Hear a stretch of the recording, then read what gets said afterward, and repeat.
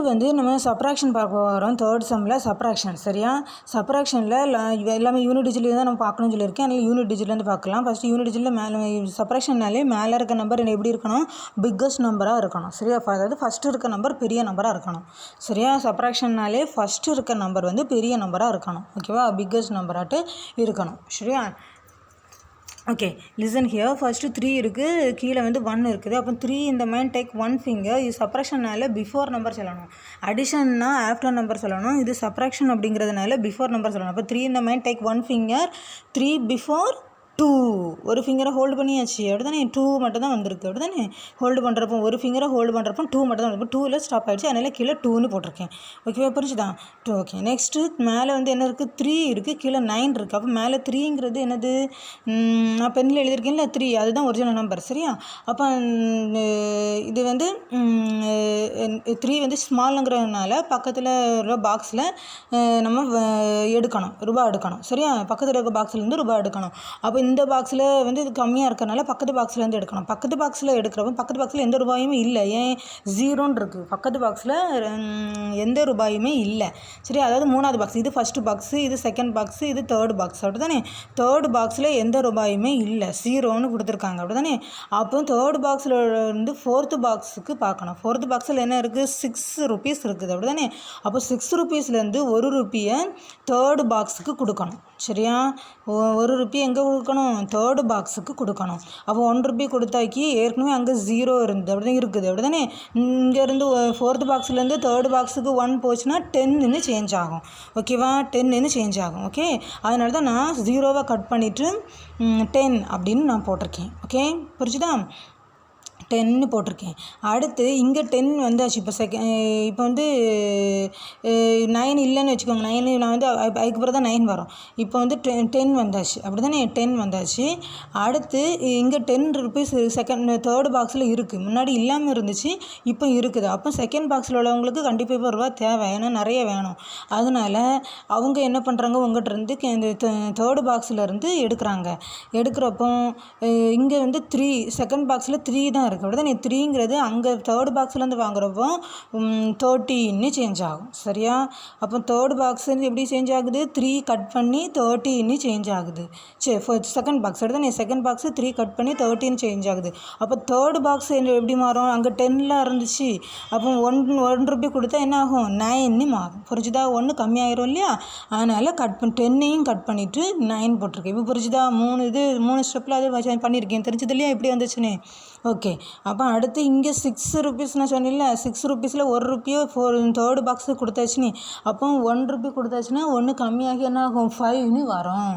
அதனால் 5ன்னு போட்டிருக்கேன். ஓகேவா? இப்போ எல்லாமே கம்ப்ளீட் ஆகிடுச்சு. இப்போ மேலே இருக்கிறது எல்லாமே பெரிய நம்பராக இருக்குதா செக் பண்ணி பாருங்கள். ஃபஸ்ட்டு இதுலேயும் 3 பெருசாக இருக்குது, செகண்ட் இதில் 13 பிக்கஸ்ட்டாக இருக்குது, தேர்டில் வந்து 9 பிக்கஸ்ட்டாக இருக்குது, ஃபோர்த்து இதில் மேலே 5 தான் அது பிக்கஸ்ட் நம்பர். அப்படி தான் 2 கீழே 2லாம் இருக்குது. 2 வந்து ஸ்மால் நம்பர். அப்படி தான் 5 கம்பேர் பண்ணுறப்போ 2 வந்து ஸ்மால் நம்பர், அதனால் பிக்கஸ்ட்டாக இருக்குது. இனி வந்து எல்லாமே நார்மலாகிட்ட நம்ம செஞ்சிடலாம். அப்போ 3ல் 1 போச்சுன்னா 2ன்னு நம்ம பார்த்தாச்சு.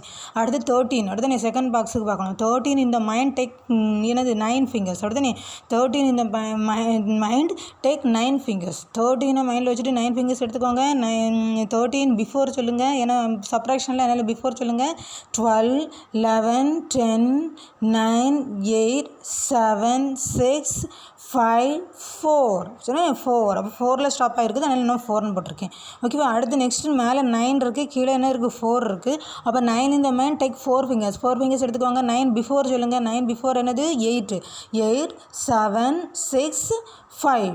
அடுத்து 5ல் எல்லா ஃபிங்கரும் ஹோல்ட் ஆகிடுச்சு. அப்போ கீழே 5ன்னு நான் போட்டிருக்கேன். அப்படி தானே? அடுத்து மேலே என்ன இருக்குது? 5 இருக்குது, கீழே 2 இருக்குது. அப்படி தானே? கீழே 2 தானே இருக்குது. அப்போ 2 fingers எடுத்துக்கோங்க. 5 இந்த மைண்ட் டேக் 2 fingers. அப்போ 5 பிஃபோர் தானே சொல்லணும். நம்ம 5 பிஃபோர் என்னது? 4. அப்புறம் நெக்ஸ்ட் இது 2. சரி 3, 4, 3 அப்படி தானே? அப்போ 3ல் ஸ்டாப் ஆகுது, அதனால் 3ன்னு நான் போட்டிருக்கேன். புரிஞ்சுதா? இந்த ஸ்டெப் புரிஞ்சுது இல்லையா? ஓகே. நெக்ஸ்ட்டு 4th சம் பாருங்கள். 4th சம்மில் அது ஈஸி தான். மேலே இருக்க நம்பர்லாம் ஃபஸ்ட்டு சப்ராக்ஷன்னாலே ஃபஸ்ட்டு நம்பர் வந்து பெரிய நம்பராக இருக்குதான்னு பார்த்துக்கணும். அதுதான் பெரிய நம்பராக இருந்துச்சுன்னா நமக்கு எந்த ப்ராப்ளமும் இல்லை. பெரிய நம்பராக இல்லைன்னா இதே மாதிரி நம்ம வந்து பென்சில் அந்த இது கட் பண்ணி எடுத்து செய்யணும். சரியா? இது மாதிரி பக்கத்து பாக்ஸ்லேருந்து எடுத்து அப்படி செய்யணும். சரியா? ஓகேவா? அப்படி இல்லை இது நார்மலாக தான் இருக்குது, பெரிய நம்பராக தான் இருக்குது அப்படின்னா ஓகே, ஒன்றுமே செய்ய வேண்டாம். அவன் ஃபஸ்ட்டு பாருங்க, இங்கே மேலே இருக்க நம்பர் பாருங்க 5 கீழே 3. அவன் மேலே இருக்கிறது பெருசு தான். அடுத்து செகண்ட் டிஜிட்டில் மேலே 7 கீழே 2. அப்போ மேலே இருக்குது பெரிய நம்பர். தேர்டு பாக்ஸில் வந்து மேலே 6 கீழே 3. அப்போ பிக்கஸ்ட் நம்பர்.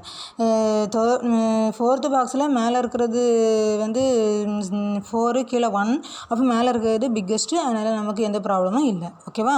அப்போ இனி நார்மலாக செய்யலாமல் மேலே இருக்கிறது எல்லாமே பிக்கஸ்ட் நம்பர் தான். அதனால் நம்ம நார்மலாக சம் வந்து சால்வ் பண்ணலாம்.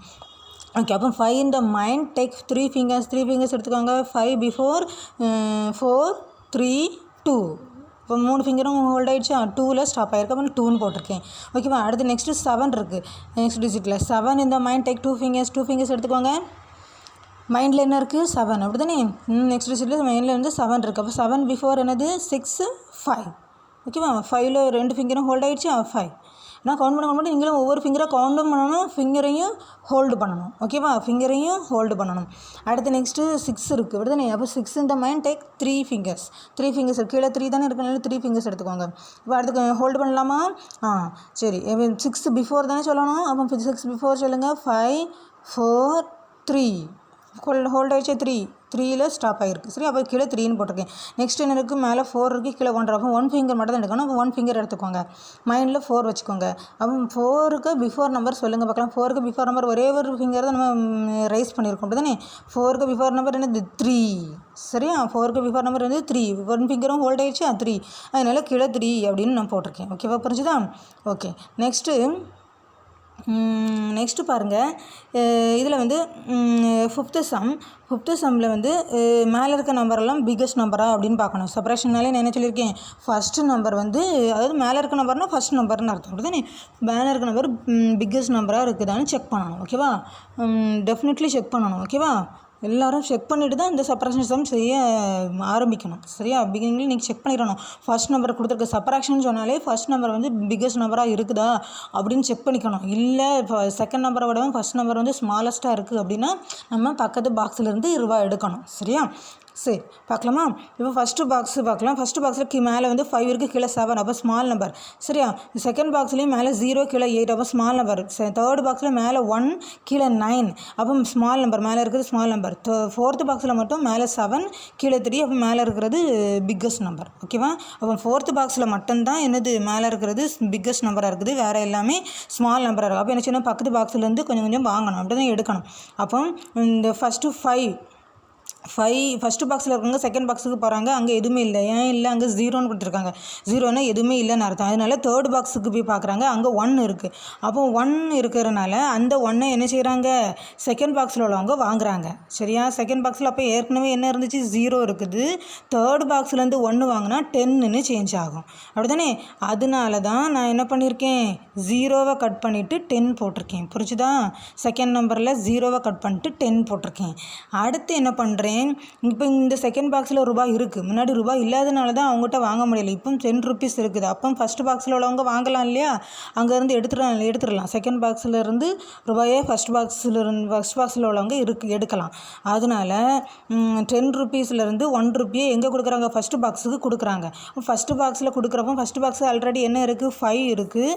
செகண்ட் பாக்ஸ்லேருந்து 1 வாங்குறப்போ 15ன்னு மாறுது. அதனால தான் 5வை கட் பண்ணிட்டு 15ன்னு போடுறேன் ஃபஸ்ட்டு பாக்ஸுக்கு. ஓகேவா?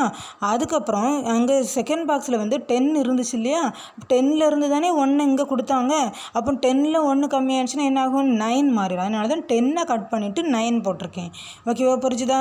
0வை கட் பண்ணி 10 போட்டேன். அடுத்து 10னை கட் பண்ணி 9 போட்டிருக்கேன். இப்போ ஃபஸ்ட்டு பாக்ஸும் கிளியர் ஆகிடுச்சு, செகண்ட் பாக்ஸும் கிளியர் ஆகிடுச்சு. அப்படி தானே முடிஞ்சுதா? அடுத்து இங்கே தேர்டுக்கு வாங்க. தேர்டு பாக்ஸில் 1 ரூபி தான் இருந்துச்சு. அந்த 1 ரூபியையும் செகண்ட் பாக்ஸுக்கு கொடுத்ததுனால அங்கே என்ன ஆச்சு, 0ன்னு வந்துச்சு. நம்ம பார்த்தோம் அப்படிதானே, அது வரை தான் நம்ம பார்த்தோம். ஆனால் இப்போ 0வையும் 9ஐயும் கட் பண்ண முடியாது, செப்பரேட் பண்ண முடியாது அப்படிதானே. என்கிட்ட எந்த ரூபாயுமே இல்லை, ஆனால் நீங்கள் என்கிட்ட 9 ருபீஸ் தாங்கன்னு கேட்குறீங்க. நான் எப்படி கொடுக்க முடியும் உங்களுக்கு? என்கிட்ட ரூபாயே இல்லையே, அப்புறம் எப்படி உங்களுக்கு நான் 9 ருபீஸ் தர முடியும்? தர முடியாது இல்லையா. அப்போ நான் என்ன பண்ணணும், பக்கத்தில் உள்ள பாக்ஸ்லேருந்து எடுக்கணும் அப்படிதானே. அவன் பக்கத்தில் இருக்க பாக்ஸில் இருந்து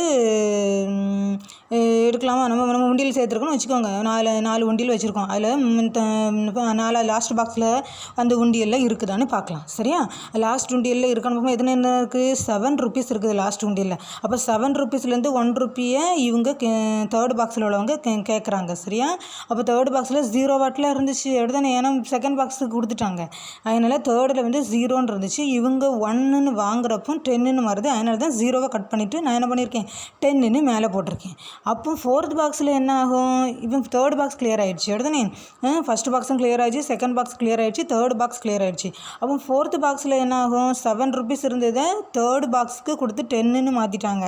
அதனால இங்கே என்னாச்சு, 7 கட் ஆகி 7ல் 1 கம்மியாகி 6ன்னு சேஞ்ச் ஆகுது.